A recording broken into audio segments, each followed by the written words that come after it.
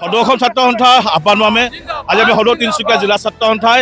Smart meter নামত যে সাধাৰণ ৰাইজক যি আত্যাচাৰ চলাইছে, যি বিদ্যুতৰ মাছত যি বৃদ্ধি পাইছে, লগতে অনিয়মীয়া বিদ্যুৎ যোগানৰ দাবীত আজি আমি সদৌ তিনিচুকীয়া জিলা ছাত্ৰ সন্থাই তিনিচুকীয়া আমি থানা চাৰিআলিলৈ প্ৰতিবাদী কাৰ্যসূচী আমি হাতত ৰূপায়ণ কৰিছোঁ। আমাৰ স্পষ্ট কথা যে অসমৰ ৰাইজে কেতিয়া স্মাৰ্ট মিটাৰ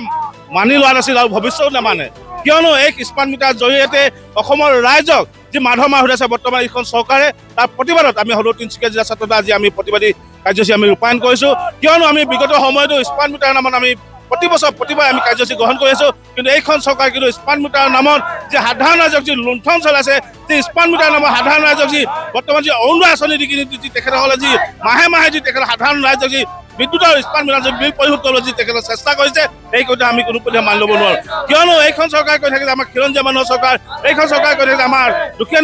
নিচৰ ৰাইজৰ কিন্তু চৰকাৰ, এইখন চৰকাৰ কিন্তু কেতিয়া আমাৰ খিলঞ্জীয়া মানুহৰ চৰকাৰ হ'ব নোৱাৰে। এইখন চৰকাৰ হ'ল একমাত্ৰ কোম্পানী চৰকাৰ, যি তেখেতসকলে এপ্ৰিল যি কোম্পানীৰ লগত এক ভিতৰুৱা বুজাবুজি কৰি কিনি বৰ্তমান সময়ত স্মাৰ্ট মিটাৰ বঢ়াই কিনি আমাৰ সাধাৰণ ৰাইজক যি অত্যাচাৰ চলাইছে আমি কোনোপধ্যে মানি ল'ব নোৱাৰোঁ। সেইকাৰণে আমি প্ৰতিবাদ চালিৰ পৰা অসমৰ মুখ্যমন্ত্ৰী হিমন্ত বিশ্ব শৰ্মাক আমি স্পষ্ট জনাব বিচাৰিছোঁ যে তেখেতে যদি সহসাক আছে, তেখেতসকলৰ কৰ্মীসকল বিজেপি কৰ্মীসকলক ঘৰত গৈ সুধি চাওক যে স্মাৰ্ট মিটাৰ নামত বৰ্তমান সময়ত তেখেতক কিমান দুৰ্ভোগ ভুগিব লগা আছে। স্মাৰ্ট মিটাৰ তেখেতে আমাৰ সাধাৰণ ৰাইজক লগতে বিজেপি কৰ্মীসকলক কিমান লুণ্ঠন চলাইছে, এই ক্ষেত্ৰত তেখেতৰ যদি সহসাক আছে বিজেপি কৰ্মীসকলক ঘৰত গৈ শুনক। কিয়নো বিজেপি কৰ্মীসকলে তেখেতসকলে